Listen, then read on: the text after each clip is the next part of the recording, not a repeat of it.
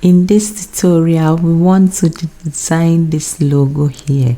The first thing we need to do is to go for our circle and ellipse tool, and then we draw a circle. We go to control and then we draw a circle.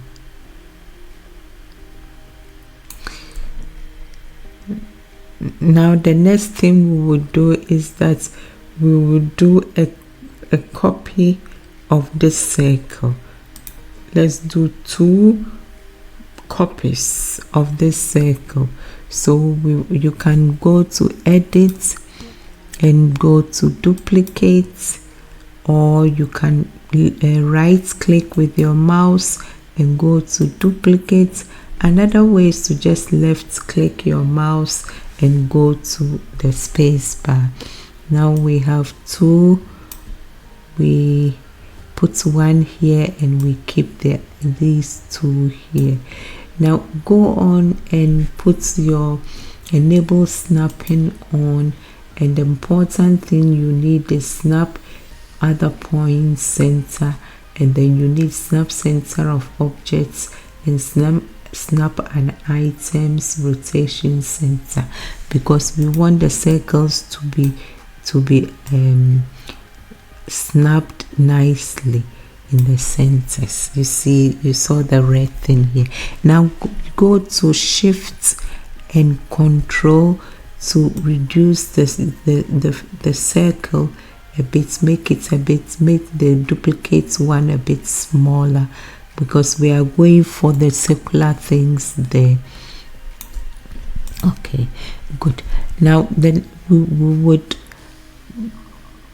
we need a copy of this circle. So go to left mouse, click, and then space bar gives you a copy, and then we bring the copy here. Now what we need to do is to write a text. Here we want this the finest. So we go to the text tool, and then we write the finest.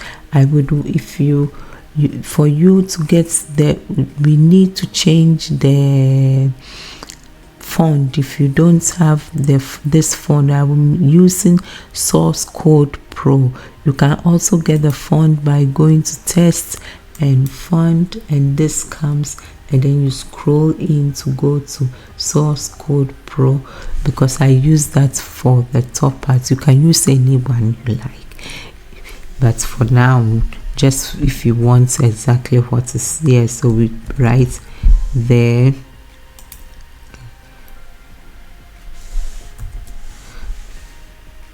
the finest. Now let's change the font size to maybe 14. Just choose a reasonable size that you think this, when it comes here, it looks reasonable. Now we need to select our small circle, and then go to path, object to path, because the operation we are going to carry on to put this here needs a path. That's why I changed this to a path. Now go to shift and select the word and this, and go to text, put on path. Now this is put here, but we don't want it here.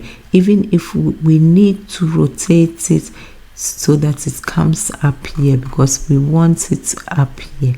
So what we will do is that first just click only the text, and then click again, so that normally you will want to rotate it, but you don't want to rotate it with respect to the center of the bounding box of the text, because then it will just go around like this, but you want it to go around the circle. So move the center of the bounding box of the text to the center of the circle. The center of the circle. That is why it's important to enable this snap center of object and snap an item's rotation. I mean, you can find it yourself, but it's better. It makes it easier to place it there. Now we will just rotate this text around that place. Let's see whether it's more or less centered. Yes. And then you can, for you to be able to remove this text and put here, you have to convert it back to path, object to path. Other than that, if you try to remove it and detach it from this, the text will be straight. It will be horizontal without the curve. Now we bring this here. Let's leave it there for the time being. After we will place everything. Now we don't need this circle anymore. We can put it here or delete it. We come to this one. We want to write this. Why didn't I use the smaller text? Because you saw the thing started outside here, and I really want, or else I want the text in such a way that it goes in this direction now. So we need a bigger thing whereby it won't start from here, because if it starts from here, there's no way I can get it that it's going in this direction. So let's write 2001 vintage style here. So we go to our text tool again, and then we write 2001 vintage style. Now we change the font to 14 to make it a bit bigger. Now we have to also convert this bigger circle, change it from object to a path. Now we select this, go to shift and select this, and then go to text, put on path. Now you see here, this always starts from here like this, in this direction, but we want it in this direction. So what we want to do is that we would go out of this totally, or maybe let's see here, if we flip it without going out with both, maybe it works as well. Let's see, we go to, we need to flip it vertically, but with the text on, let's try flipping horizontally. Yes, if with both selected, if you flip horizontally, you get this, but if you select only the circle, you have to flip vertically, because it's only the circle that you are flipping, so it has to be vertical. But if both are selected, flipping horizontally gives us actually what we want. So we have this, let's select everything, or even this, and move it a bit here so that we have it centered. And then in the same way, we select our text, and then we go to path, object to path to free it, and then we bring it here.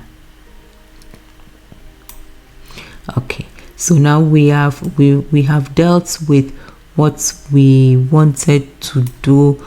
The next thing we will do is that we come here, because we have, if you see, we have this circle, we have 3 circles, so we select this one and do a duplicate. So we can right click, duplicate, and then we go to shift and control and make it a bit bigger, more or less something like this.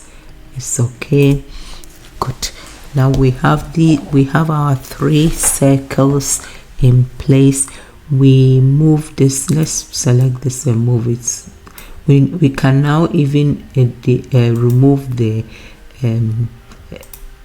snapping, because we don't need it really now. We put this here and this more or less there. You can rotate this if you want a bit, aligning it so that it looks nice. I think this is okay.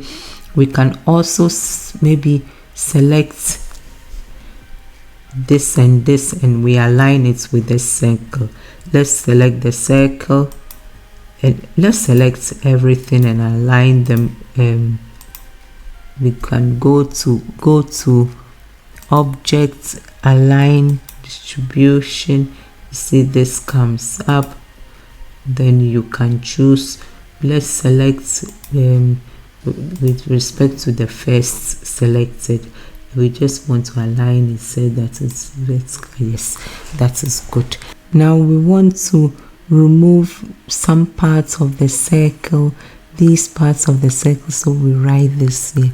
So we first of all go for our node, edit path by node tool, and then we go, if you see here, when you press the it's, you see a small hole here.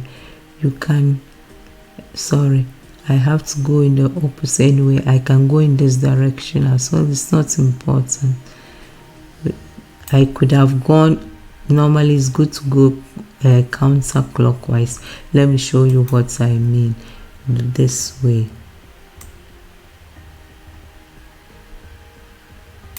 Now let's see here, we have this, but we don't want this here. So let's see what I will do. Let's go to our circle and choose this. So this, switch to arc on close shape. Now we go to the next one again with our this, and then we see this small hole there. Let's move it also somewhere there, and then we go to our circle, and then we choose this as well to remove it. And then we do the same thing here. We pick this one here, you get a small hole there. Oops, let's see, yes, a small hole there, and then you move it here more or less, and then you go to the circle, and then you remove it here. But we need to align them a bit, so let's go to our selection tool and rotate them. So press so that we have a rotation arm, and go to move it a bit. Let's move this to here, and then the same thing, we do this, we want to rotate, we rotate a bit, so we have more or less like it's straight. Let's see here, we press this and rotate it a bit here. I think we are good, or we should rotate it maybe a bit more because we need it so that it's straight here. So let's click it a bit again, then we rotate a bit more. Let's remove, I remove the snap so that it's easier for us to do. Yes, and then we select this and rotate it a bit more. Oops, double click to get it somewhere here with this. Click again. Yes, I think this is good. Now we want to now change this into dotted lines.